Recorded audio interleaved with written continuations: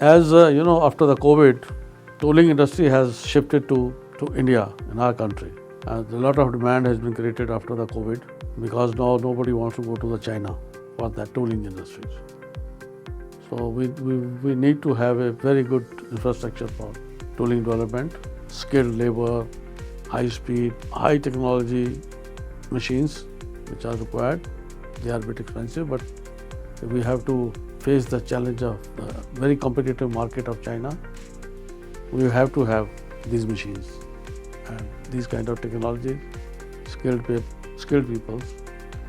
So, you spoke about some challenges which are there in the industry still, because India is now being seen as one big region where the manufacturing can happen. Make in India is becoming very big these days. But I believe that, and being an industrialist for such a long time, you must be coming across some of the challenges which you see every day. What could be some of these challenges which the industry is facing at this point?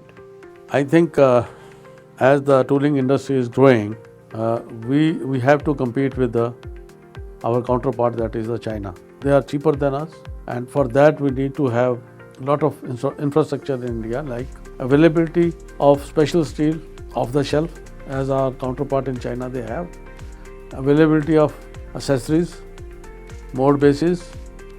It takes around 30 to 40 days for these products to reach our factory.